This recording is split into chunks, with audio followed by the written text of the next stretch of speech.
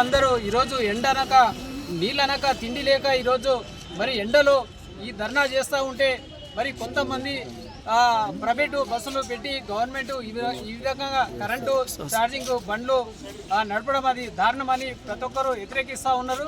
మరి వీళ్ళకు హక్కుల కోసము మన నాయకులు ఉన్నారు, ఒకసారి మాట్లాడి తెలుసుకుందాం.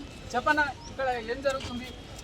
నమస్కారం మీడియా సోదరులందరికీ, నా కార్మిక సోదరులకి. నేను తెలంగాణ జాతీయ మజ్దూర్ యూనియన్ రాష్ట్ర అధ్యక్షుడిని. జేఏసీకి సంపూర్ణమైనటువంటి మద్దతు ఇచ్చిన యూనియన్లో నేను ఒకళ్ళను. ముఖ్యంగా నా పేరు డీబీకే రావు.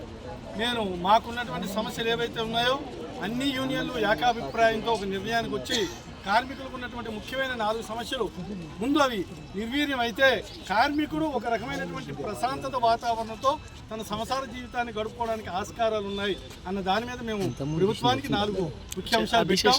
మొట్టమొదటిది, గవర్నమెంట్ ఏదైతే ఎలక్షన్ ముందు మేనిఫెస్టోలో పెట్టినటువంటి ప్రభుత్వ విలీనం అన్నటువంటిది ఏదైతే ఉందో అది తక్షణం గవర్నమెంట్ ఇచ్చిన మాట వాళ్ళు నిలబెట్టుకునేటటువంటి, వాళ్ళు పెట్టినటువంటి మేనిఫెస్టోకి గౌరవిస్తే మా కార్మికులకు తక్షణం గవర్నమెంట్లో విలీనం చేయాలనేటువంటి ప్రపోజల్ని బలపరచాలని ఒకటి కోరుకుంటున్నాం.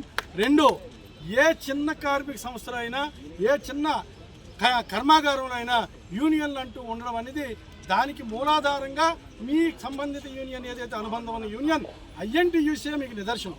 ప్రతి ఒక్క దగ్గర జెండా పాత్రం ఈ ఐఎన్టీయూసీకి ఒక ఆనవాయితీ, కార్మికులకు మద్దతు ఇవ్వడం అనేది ఒక ఆనవాయితీ.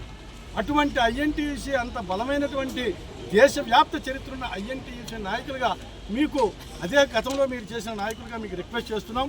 45,000 మంది ఉన్నటువంటి ఆర్టీసీ కార్మికులకి యూనియన్ అంటూ లేదు అని చెప్పడం, తొత్తులుగా ఈ వెల్ఫేర్ కమిటీలు వేసి వాళ్ళ ద్వారా మా కార్మికులు విభజించు పాలించు అనే సిద్ధాంతాన్ని మొదలుపెట్టడం అనేది ఇది శోచనీయం. వెల్ఫేర్ కమిటీ ఎవరు పెడుతున్నారు? మా కార్మికులకే. ఎందుకు పెడుతున్నారు? లేబర్ కమిషన్కు మీరు యూనియన్లు ఉన్నాయి తీయడానికి మీకు హక్కు లేక ఈ వెల్ఫేర్ కమిటీ వాళ్ళకి యూనియన్గా చూపిస్తూ మీరు లేబర్ కమిషన్కు కనువిప్పు చేసి వాళ్ళు కళ్ళు తుడిపిస్తున్నారే తప్ప ఇది చట్టవిరుద్ధం. మీరు ఏ కోర్టుకైనా వెళ్దాం, ఏ సెక్షన్కైనా వెళ్దాం, మీరు ల్యాబ్ యాక్ట్ తెప్పించుకొని మీ టేబుల్ మీద పెట్టుకోండి. యూనియన్లు రద్దు చేయడం అనేది ఏ ప్రభుత్వానికి హక్కు లేదు. సరే, మాకున్నటువంటి హాఫ్ నాలెడ్జ్లో మేము ఒప్పుకున్నాం యూనియన్ లేదో ప్రభుత్వం మా మీద హరాస్మెంట్తో తీసిందని. మరి అంత తెలిసినప్పుడు మరి గతిలేక మళ్ళీ యూనియన్ నాయకులతో చర్చలు ఎందుకు? యూనియన్ లేనప్పుడు యూనియన్ నాయకులతో చర్చలు ఎందుకు? నీకు వచ్చిన పని నువ్వు చేసుకో, నీకు వచ్చినటువంటి వర్కౌట్ చేసుకో. యూనియన్లు లేవు అనేది చాలా చట్టవిరుద్ధం. మీరు పెద్దవాళ్ళు, ప్రభుత్వం వాళ్ళు లీగల్గా ఉన్నటువంటి కొన్ని సలహాలు తెచ్చుకోండి. తక్షణమే యూనియన్లు ఇవ్వండి. యూనియన్లు ఇవ్వడం వల్ల మీ మీద భారం తగ్గుతుంది. ముఖ్యంగా కార్మికుల మీద భారం కాదు, మీ దగ్గరికి వచ్చే సమస్యలు ముందు తగ్గుతాయి. దగ్గర ఉన్న సమస్యలు త్రుటిలో పక్కకు తప్పించుకొని కార్మికులు పరిష్కారం చేసుకొని సామరస్యమైన వాతావరణంలో ప్రభుత్వం నుండి సమస్యను నడుపుకునే అవకాశం దొరుకుతుంది. దాన్ని అర్థం చేసుకొని మాకు యూనియన్లు ఇవ్వాలి. 2, ప్రభుత్వంలో విలీనం చేయాలి.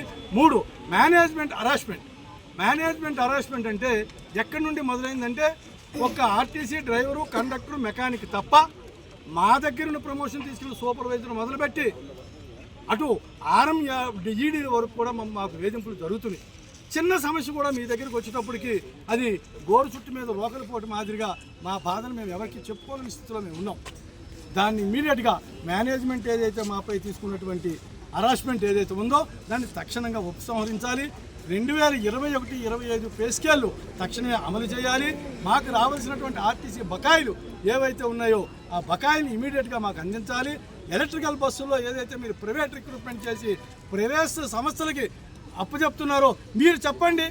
మీకు ఆర్టీసీ ఎలక్ట్రికల్ బస్సుల్లో ఈరోజు మీకు 59 రూపాయలు ఓఆర్ వస్తుంటే, మీకు ఎర్నింగ్ వస్తుంటే మీరు వాళ్ళకి 63 రూపాయలు ఇస్తున్నారు. అంటే ఈ మిగతా కార్మికులు సంపాదించింది దోసుకొని వాళ్ళకి మీరు తినబెడుతున్నారు. మీరు న్యాయబద్ధంగా చెప్పండి, మీరు ఎంత ఇస్తున్నారు ప్రైవేట్ ఆర్టీసీ మహిళా సంఘానికి చెప్పండి. వాళ్ళకి ఇవ్వద్దని నేను అనట్లే, దానికి తగినట్టుగా ఆర్టీసీ కార్మికులు కూడా మీరు చూడండి. మా సంపాదన తీసుకెళ్ళి అక్కడ మీరు కుదబెడుతున్నారు.